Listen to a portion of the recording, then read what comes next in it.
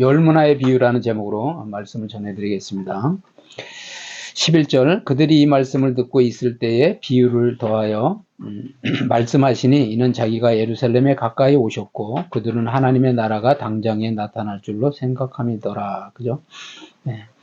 유대인들은 이제 로마의 핍박 아래 많은 그 고통을 당하다 보니까 어떠한 그 정치적인 그러한 왕이 나타나서 자기들을 해방시켜주고 그리고 자기들을 자유롭게 그렇게 해주기를 바라고 있었다라는 거예요. 그런데 예수님께서는 오늘 이 비유에서 말씀하고자 하는 것은 뭐냐면 하나님의 나라는 오직 예수님의 십자가 순환. 그러니까 예수님이 어떤 정치적인 왕처럼 짜잔하고 나타나가지고 사람의 자기네들을 해방시켜주고 막 잘 먹고 잘 살게 해주러 오신 게 아니라 영적인 왕으로 왔다. 영적인 하나님의 나라를 우리가 생각해야 돼요. 육적인 나라가 아니라. 세상 나라는 육적인 나라로서 우리가 그래서 하나님의 나라는 그 뭐냐면 입는 것, 먹는 것 이런 것이 아니라는 거예요. 영적인 나라래, 영적인 나라. 그래서 십자가의 순환과 그로 말미암은 인류 구속 사역을 완성하러 오신 거예요. 우리를 구원하러 오셨다는 거예요. 그 십자가를 지셔야 완성이 되는 거죠. 그래서 그 후에 있을 또 주님의 재림, 그죠? 부활 승천하시고 죽으시지만 십자가에 죽으시지만 부활 승천하시고 그리고 다시 재림하심으로 인해 다가올 것임을 깨우쳐 주기 위해 오셨다라는 거예요. 그런데 제자들은 이 유대인들은 그냥 그 자기네 그런 그 먹고 사는 문제, 그러한 생활에 대한 그런 것만 생각했다라는 거예요. 그래서 이것을 깨우쳐 주기 위해서 이 말씀을 하신 거예요. 이 비유를 들어서 이 말씀을 하셨어요. 그래서 예루살렘 입성은 종말적 하나님의 나라의 완성이 아니라 고난과 죽음의 길이라는 거죠. 그죠? 예수님이, 다른 사람들은 예루살렘에 예수님이 딱 오셔가지고 아까 말씀드린 내가 왕이다. 그러니까 이제 그 막 핍박하고 그러던 로마 그 정부를 다 무너뜨리고 유대인의 왕으로서 그냥 막 그들을 해방시키고 그렇게 할 줄로 생각했는데 그게 아니라 십자가의 죽으심으로써 우리를 구원하러 오셨다라는 거예요. 그러니까 실망을 할 거 아니에요. 막 기적을 일으키고, 그죠? 병자를 고치고, 여러 가지 막 기적과 이적을 베푸셨던 분이 왕으로 나셔서 딱 좌정하시면은 자기네들이 그냥 흡족할 텐데 십자가에 그냥 처절하게 죽으신다는 거예요. 그러니까 자기네 소망이 이제 없어진 거죠. 그래서 12절 보세요. 이르시되 어떤 귀인이 왕위를 받아가지고 오려고 먼 나라로 갈 때에 이것은 예수님께서 재림하실 때는 이 세상을 심판할 왕권을 가지고 오실 거라는 거예요. 그래서 부활 승천하시고 다시 재림하실 때 그래서 이제 그것을 먼 나라로 이제 갈 때로 이제 비유적으로 말씀하신 거죠. 그 종 열을 불러서 은화 열문화를 주며 이르되 내가 돌아올 때까지 장사하라 하니라. 우리는 장사해야 돼. 장사한다니까 뭘 막 이렇게 팔아서 그냥 이득을 남기는 그런 세상 장사를 얘기하는 게 아니고요. 우리는 복음 장사를 해야 된다는 거예요. 하나님께서 우리에게 뭐냐면 먼저 믿도록 하고 먼저 하나님의 은혜를 깨닫게 했잖아요. 그래서 은사를 주셨단 말이에요. 은사. 그리고 사명을 주셨단 말이죠. 그러면 그 사명을 가지고 더 많은 그 하나님의 나라의 백성을 만들어야 되는 거예요. 그걸 장사한다고 하는 거죠. 그래서 여기서 화폐 단위 문화를 각 사람에게 주어진 사명 또는 재능이라고 한다면, 그죠? 그러니까 우리에게 재능을 주셨단 말이에요. 하나님께서 성경을 잘 읽는 거, 그 다음에 방언의 은사가 터지는 거, 예언의 은사가 터지는 거, 말씀을 잘 풀어서 설명할 수 있는 거, 또 손을 얹어 기도하니까 병이 낫는 거, 이런 것도 다 은사를 주시는 거예요. 왜? 하나님의 일을 더 잘하라고. 그죠? 그래서 장사라는 말은 각자에게 주어진 사명과 재능 또는 일을 창조적으로, 그죠? 창조적이고 생산적으로 수행하라는 거예요. 잘하지 않는 것은 생명이 없어서 그렇다고 봐야 돼요. 생명이 있으면 자라. 뭐 여기 화초를 갖다 우리가 심어보자고요. 그러면 자라잖아. 이런 것은 육적인 생명인데도 자란다는 거죠. 이게 육적인 생명이죠. 뭐 그게 영원한 생명이 아니잖아요. 그렇지만 하나님의 생명은 우리에게 주신 생명은 영원한 생명이야. 영원한 생명. 죽지 않는 생명이라니까요.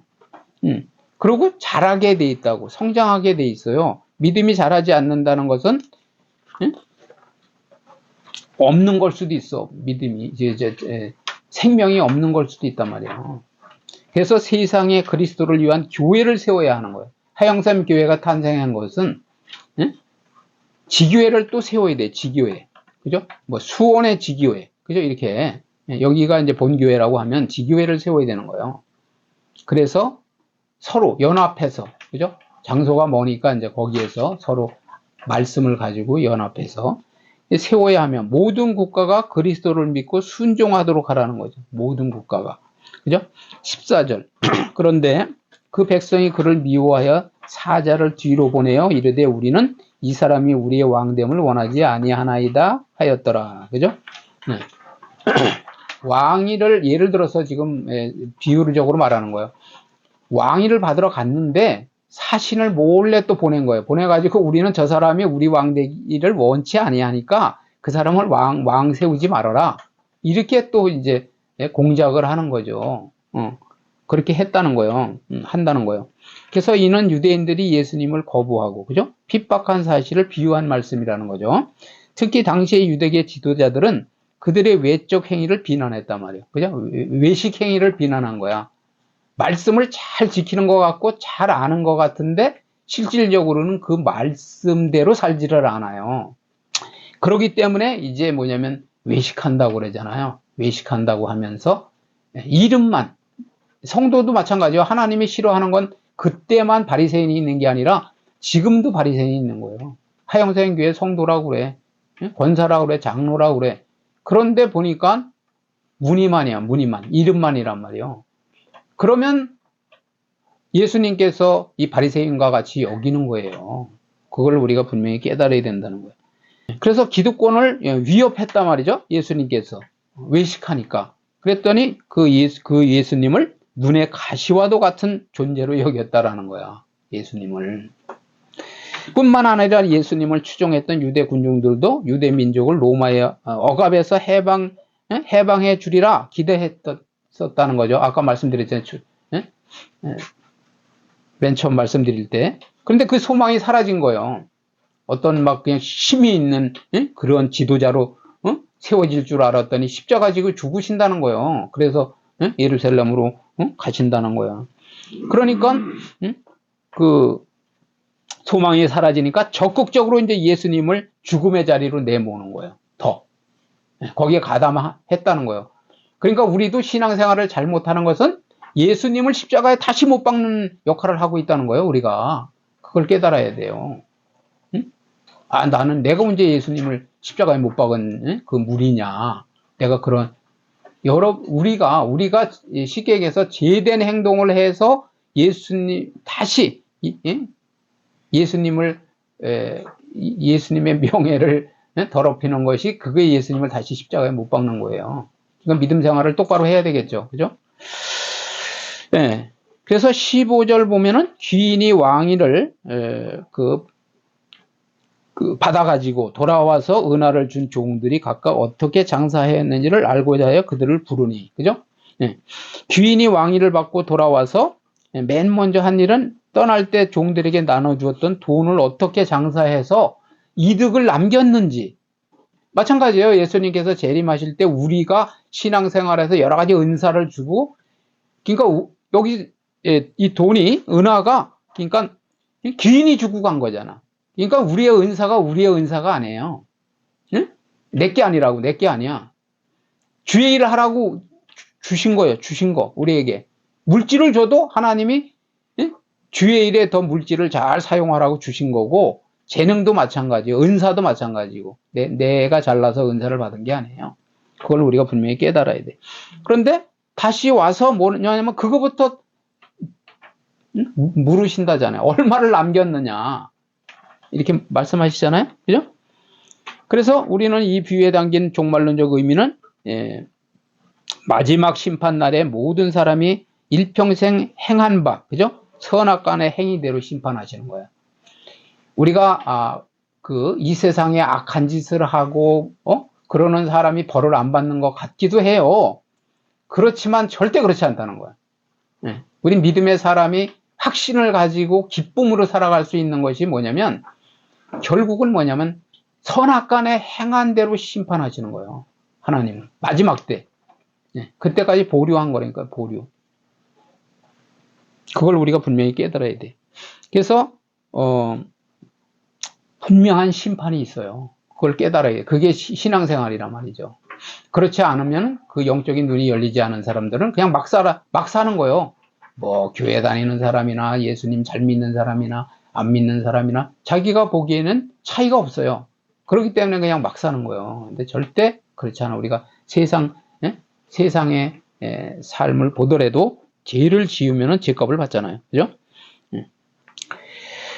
자, 그래서 받은 바 은사를 잘 활용하여서 맡은 사명을 충실하게 감당한 자들에게는 생명의 면류관을 주시겠다. 생명의 면류관. 아까 말씀드렸지만 우리가 영원한, 그죠? 영원한 생명을 소유하고 그리고 주님과 영원한 삶을 살 수 있는 면류관을 주신다는 거예요. 자, 16절, 17절 보시겠어요? 그 첫째가 나와 이르되 주인이여 당신의 한 문화로 열 문화를 남겼나이다. 주인이 이르되 잘하였다. 착한 종이여 네가 지극히 작은 것에 충성하였으니 열 고을 권세를 차지하라 하고, 그죠? 작은 일에 충성하는 자가 큰 일에도 충성돼요. 우리가 이제 이걸 깨달아야 돼. 그래서 뭐냐면 열 문화를 남겼더니 그냥 열 고을 다스리는 권세를 주겠다고 그러잖아요. 그러니까 열 고을이면 얼마나 넓을까요? 그죠? 여기서 말하면 옛날 고을 하나가 얼마나 크냐고. 고을에 원님이 오시면 아주 동네가 잔치를 하고 난리를 치잖아요. 그런데 열 고을을 다스릴 권세를 주죠. 사람에게 주어진 모든 경제력, 도구는 물론이고 주어진 시간과 재능, 그죠? 그 다음에 건강, 그리고 심지어는 생명마저도 궁극적으로는 하나님의 것으로 이해해야 한다는 거예요. 우리 것으로 이해하기 때문에 내가 시간의 11조를 못 드리는 거예요. 예배도 그잖아요. 24시간을 나에게 주셨는데 거기에서 2.4시간을 하나님 앞에 기도하고 말씀 보고 해야 된다는 거예요. 그래서 작은 일에 충성하는 사람에 대한 칭찬과 보상을 공통되게 강조하고 있다는 거죠. 이 땅에 온갖 수고와 충성을 다한 성도는 천국에서 예수 그리스도와 더불어서 영원히 왕노릇하는 위대한 권세를 소유하게 될 것이라는 거죠. 세상에서도 그러잖아요. 우리가 다스림을 받는 것보다 다스리는 게 훨씬 더 좋죠. 그죠? 다스림을 받는다는 것은 아무리 굳은 일을 시켜도 해야 되는 거잖아. 그죠? 그게 다스림을 받는 거예요. 그렇지만은, 시키는 입장에 있는 사람도 물론 정신적으로 좀 힘들겠지만, 어찌됐든 이렇게 지시를 하는 거죠. 그걸 우리가 이제 생각해 봐야 된다는 거죠.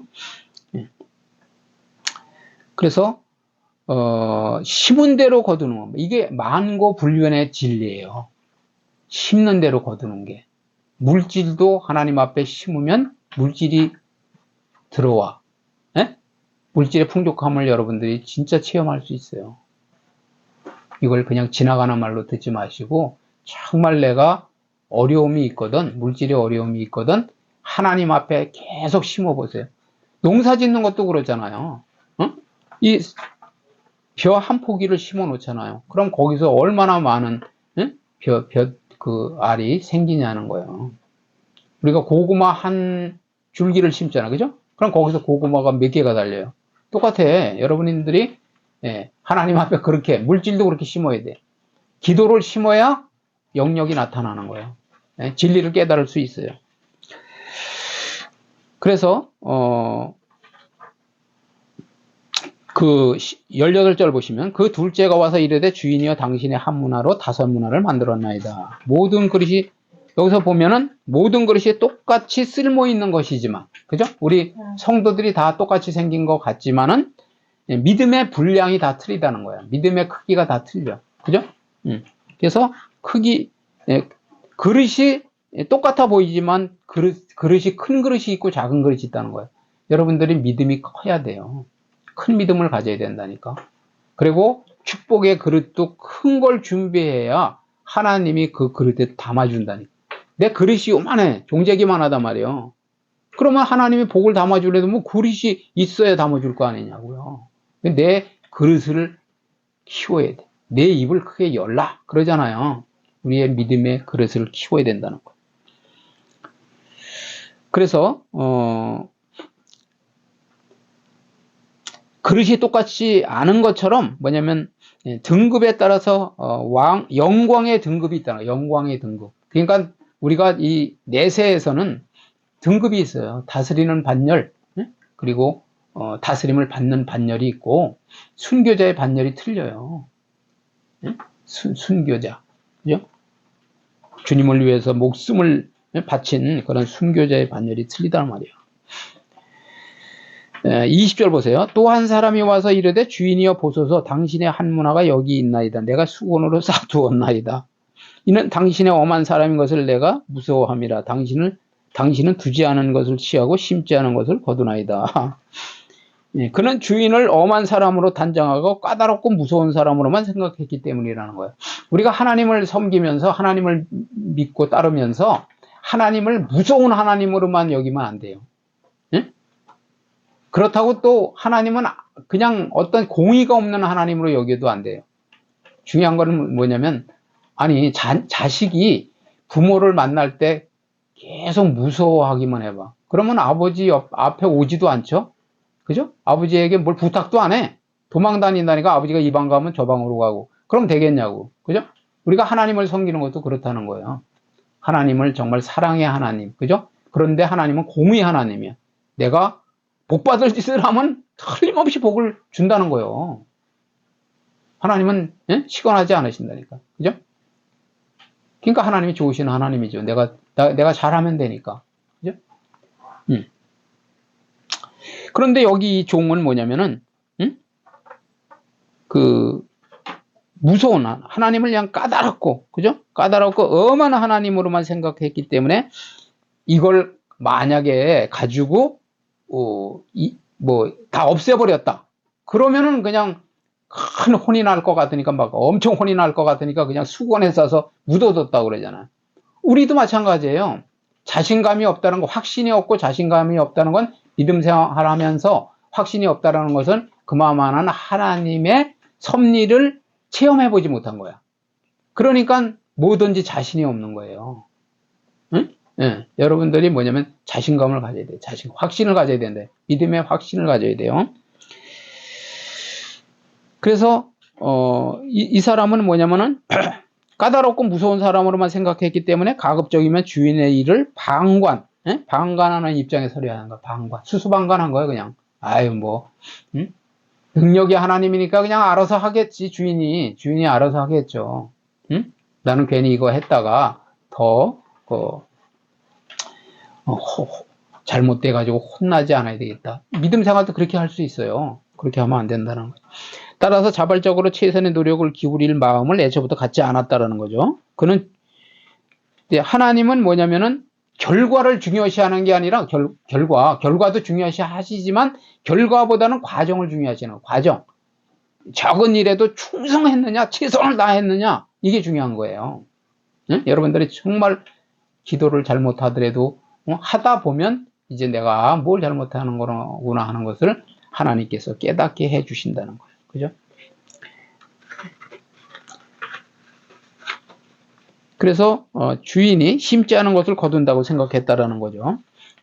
잘못 생각한 거예요. 자, 22절 보세요. 주인이 이르되 악한 종아, 내가 네 말로 너를 심판하노니 너는 내가 두지 않은 것을 취하고 심지 않은 것을 거두는 엄한 사람인 줄로 알았느냐. 그죠?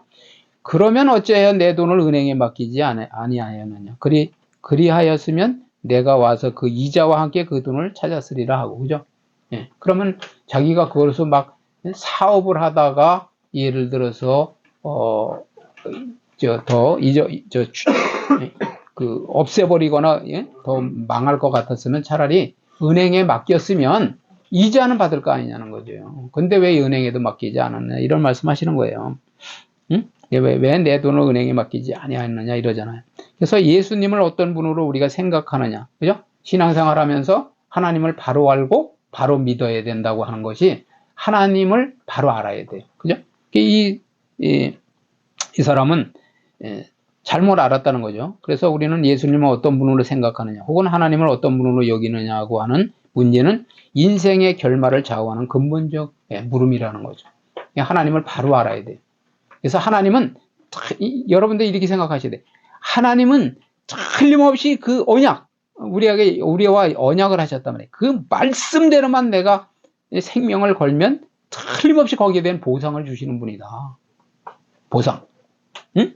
심으면 부자가 될 수밖에 없는 거예요. 여러분들이 쌀이 떨어져도 그냥 심으면 부자 된다니까요. 왜? 심은 대로 거둔다니까요. 30배, 60배, 100배를 주신다니까요. 다 그래요. 제가 설교를 들어보고 다 이렇게 말씀 구절을 보면은 심은 대로 거두는 거예요. 그거는 절대 변하지 않는 거예요. 네, 그래서 무노동으로 이윤을 얻으려 했다면 은행에 맡겨두고, 그죠? 이자를 취하는 것이 더 안전하고도 실속 있는 것이 아니겠느냐는 식으로 되물으면서 돈을 맡긴 것은 주인 자신의, 그러니까 종에게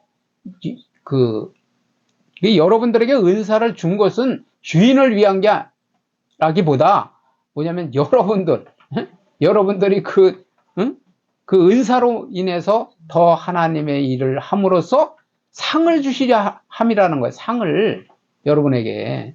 여기 말씀하시잖아요. 자신의 이익을 위한 것이 아니라 종들을 위한 것이라는 의미를 함축하고 있다는 거예요. 종들. 우리를 위한 거예요. 우리. 그래서 어떻게 보면 직분을 맡기잖아요. 교회에서도 마찬가지예요. 이거 분명히 깨달으셔야 돼. 왜 나가 안수집사가 돼가지고, 나가 왜 장로가 돼가지고, 그냥 모든 걸 그냥 목사님이 나만 불러대. 그런 경우가 있어요.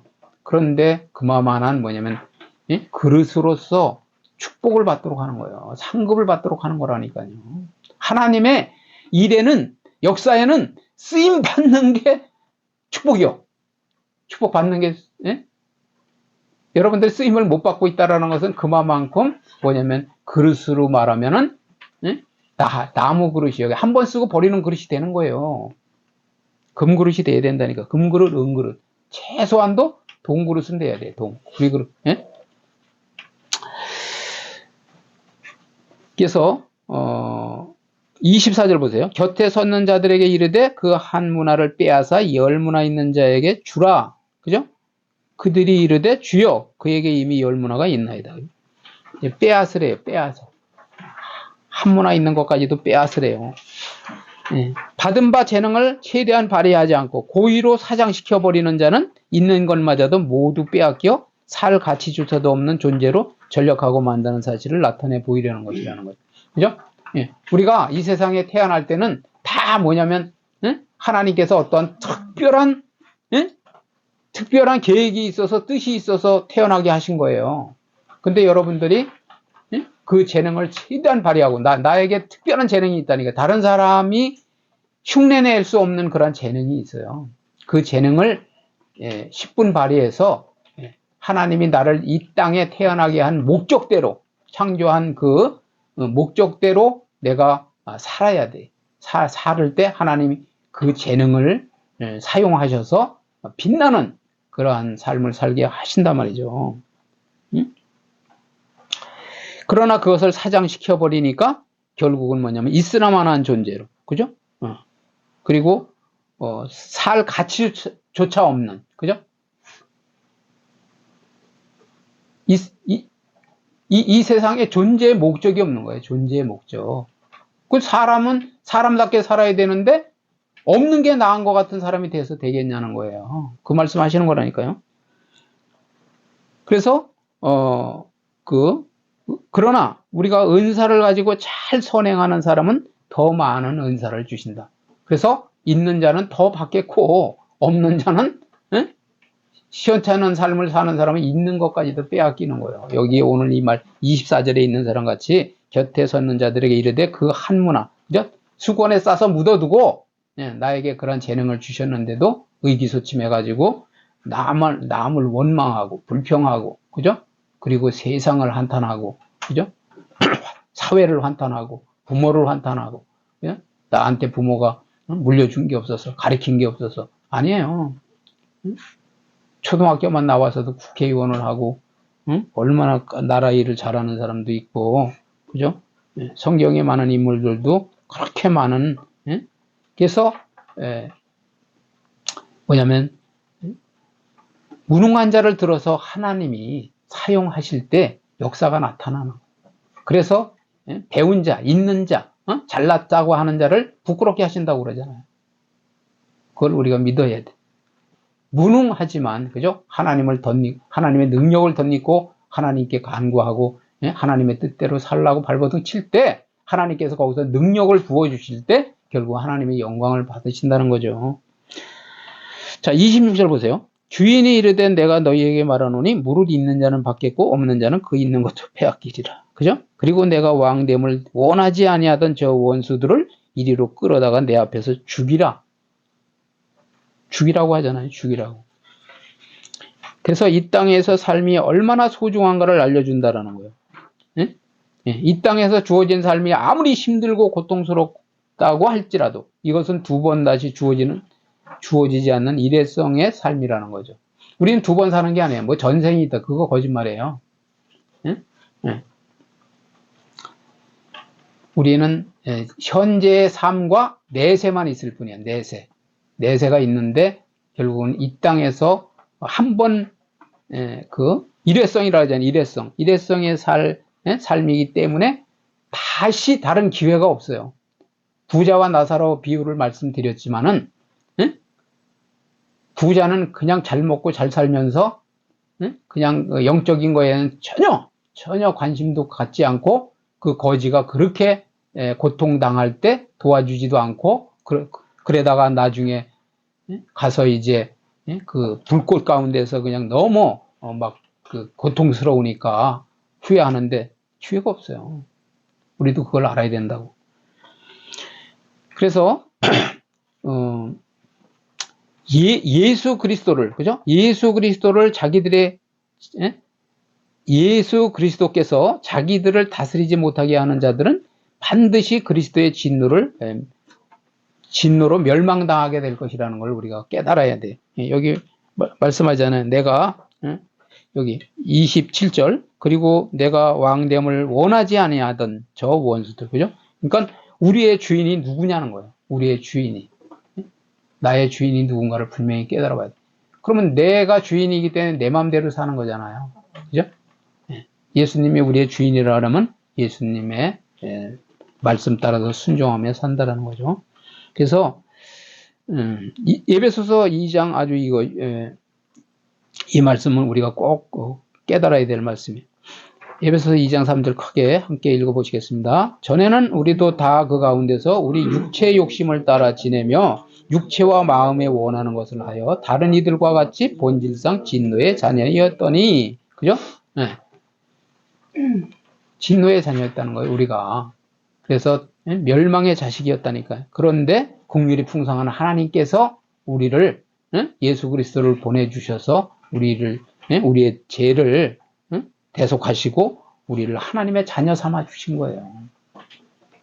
그래서 복음을 거부하고, 복음은 이제 예수 그리스도께서 우리를 위해 죽으시고, 그죠? 태어나시고 우리를 위해 죽으시고, 또 승천하시고 부활 승천하시고, 또 우리의 그 심판장으로 다시 오실 그러한 내용을 이제 우리가 복음으로 말씀하고 있잖아요. 그래서 복음을 거부하고, 그죠? 죄악된 옛 생활을 계속 고집하는 자 또한 하나님과 원수 관계에 놓여 있는 셈이라는 거죠. 좀 전에 읽으신 말씀처럼. 그래서 결론을 말씀드리면 하나님 나라는 오직 예수님의 십자가 순환과 그로 말미암은 인류 구속 사역의 완성과 그 후에 있을 주님의 재림 등으로, 그죠? 완성될 것이라는 말이라는 거예요. 두 번째는 예수님 재림 때까지 성도 각자에게 주어진 사명과 재능이 있어요. 이걸 여러분들이 잊지 말으셔야 돼. 23년도 살고 그냥 24년이 또 한 해가 시작됐으니까 또 사는 것이 아니라 하나님의 나에게 그럼 주신 재능은 뭔가, 그리고 사명은 뭔가를 깨달아야 돼. 사명을 깨닫는다는 것은 내가 살아있는 이유를 깨닫는 게 사명을 깨닫는 거예요. 왜 사는가? 그죠? 왜 하나님이 나를 이 땅에 생명을 연장시켜주고 있는가를 깨닫는 거예요. 그죠? 그래서 사명과 재능 또는 일을 창조적이고 생산적으로 해야 돼. 창조적이고. 항상 우리는 기도하는 것은 지혜를 구하는 거요. 창조적으로다가 뭐냐면 자꾸만 머리를 여러분들이 발휘하셔야 돼. 그리고 생산적으로 돼야 돼. 재생산이 돼야 돼. 재생산. 여기에 만약에 성도가 한 사람이 이제 그 제자가 됐어요. 그러면 그 다음에 재생산이 일어나야 돼. 또 그 옆에 제자, 그 옆에 제자, 계속 예수님의 제자가 생산이 돼야 된다니까. 공장은 있는데 하나도 어떠한 제품을 만들질 않아. 그러면 그건 교회도 아니요, 공장도 아니라는 거야. 그걸 우리가 분명히 깨달아야 돼. 그래서 생산적으로 수행하라는 지시를 성실하게 이행해야 한다라는 거예요. 성실하게 해야 되겠죠. 그래서 최고의 일꾼은 뭐냐면 충성된 일꾼이요. 맡은 자들에게 구할 것은 충성이니라, 그렇게 말씀하시잖아요. 충성만큼 여러분들이 충성을 다하면 하나님께서 충성된 종이라고 상을 주시는 거예요. 자, 세 번째는 예수 그리스도로 자기들을 다스리지 못하게 하는 자들은 예수 그리스도의 진노로 반드시 멸망할 것이라는 거예요. 나를 다스리게 해야 돼요. 내 삶의 주인은 예수님. 그래서 그분께 나의 삶을 맡기고, 그죠? 의탁하고, 의지하고, 그리고 그분의 인도함을 따라가야 돼. 성령의 인도를 받는 거예요, 쉽게 얘기하면. 그래서 기도하면서 아버지 계속 물어야 돼요. 아버지, 이것은 어떤 뜻이 있습니까? 제가 어떻게 해야 됩니까? 그걸 계속 물어야 된다니까요. 아버지의 뜻을 알려주시옵소서. 그래서 아버지께서 이게 내 뜻이니라, 그러면 그대로 하면 여러분들이 복되고 승리하는 삶을 살게 되는 것입니다. 그래서 여러분과 저의 주인이 누구인지를 우리는 계속 반문해야 돼요. 성도님. 그래서 오늘 우리는 예수님께서 심판장으로 오실 때까지, 그죠? 성도의 의무를 성실하게 실행하는, 그죠? 그러한 복된 삶을 사는 저와 여러분 되시기를 주님의 이름으로 축복을 드립니다. 아멘.